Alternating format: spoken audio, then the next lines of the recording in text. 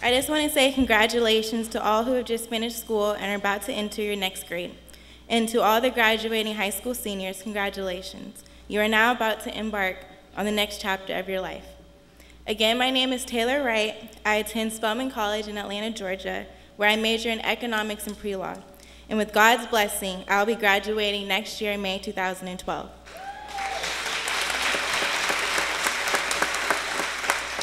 I'm a little scared, but more excited to be graduating. It's just hard to believe that in less than a year, I will be making my next step in pursuing my MBA and attend law school. If it was up to my dad, he would want me to attend his alma mater, University of Illinois, which so happens to be one of my choices, so he might get lucky there. Time really flies. To all my friends who graduated in the class of 2008, doesn't it feel like we just graduated? I remember like it was just yesterday that we were just sitting here where you are now, excited to start our new chapter. In the summer of 2008, I began counting down the days until it was time for me to leave for school, and I couldn't wait to finally have my freedom from my parents, to meet new people, and to also to continue my education. August finally came, and it was time for my parents to take me off to school. The day before I was to move into my dorm, my parents and I drove by the campus, and I started getting butterflies. I had said to my parents, I may need to rethink this. My parents just looked at me as if I was crazy, so I knew that wasn't going to happen. Once I was all moved in and my parents and I said our goodbyes, and I started meeting people and making new friends, my anxiety was gone. Looking back at the past 3 years, I can honestly say freshman year was by far one of the best years I've ever experienced. I finally got what I wanted, freedom from my parents.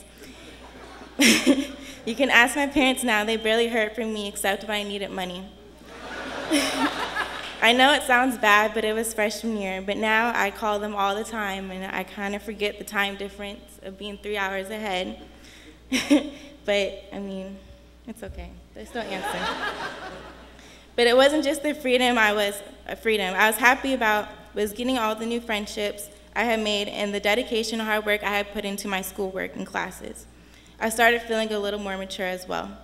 Now, I'm going to be honest, I did party a lot my first year, but I managed to still get good grades and have maintained a 3.2 GPA throughout the past 3 years.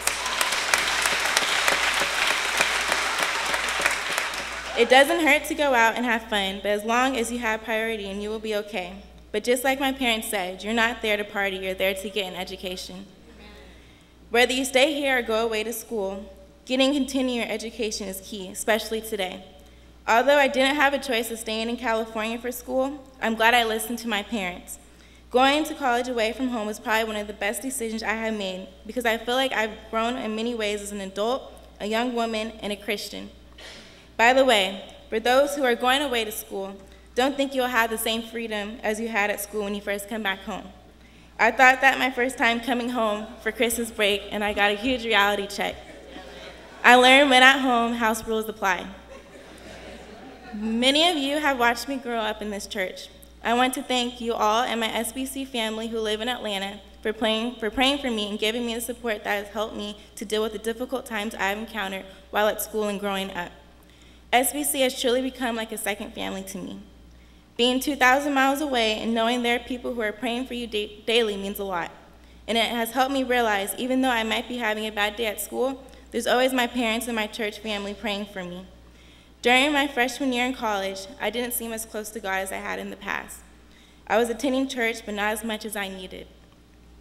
My first summer home, I knew I needed to improve my relationship with God, and I began attending Bible study on Thursdays with Miss Phyllis and Miss Jackie.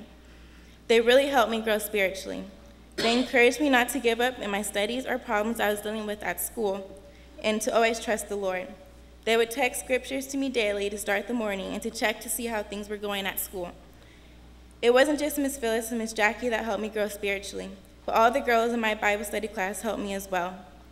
Also, Pastor McReynolds, who I miss dearly, would always encourage the youth to strive for the highest achievements in life. And to also my fellow church members who would check up on me, who I've looked up since I was little, like Maya Miles and Amy Gilchrist, who was down there with me in Atlanta, Melissa McReynolds, and Chanel Hughes, who is also my fellow Spelman sister. Now, today's theme, which comes from Philippians 3:14, reads, "Pressing toward the mark." I press on toward the goal to win the prize for which God has called me heavenward in Christ Jesus. As I look back over the years, I realize how important it is to keep pressing forward because God will surround you with people who will help you. By pressing toward the mark, God has allowed me to grow spiritually, emotionally, mentally, and academically. There will be distractions in our lives as we press toward the mark, like peer pressure and social media, just to name a few.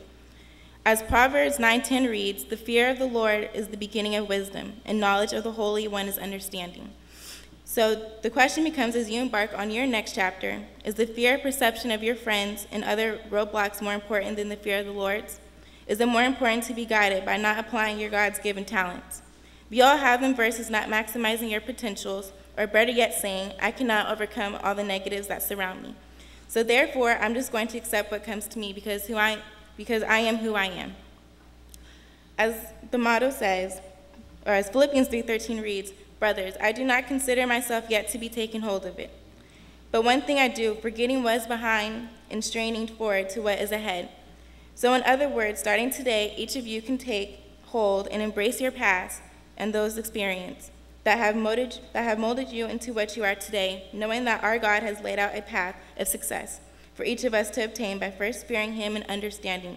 As Philippians 3:14 reads, "I press on toward the goal to win the prize, for which God has called me heavenward in Jesus Christ."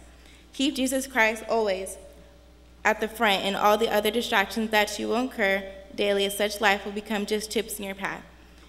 Because Jesus Christ has given us the knowledge and tools to overcome as we press on towards our goals in life and doing what we will be pleasing in his eyesight. God bless each and every one of you as you continue pressing towards your destiny in life. Thank you.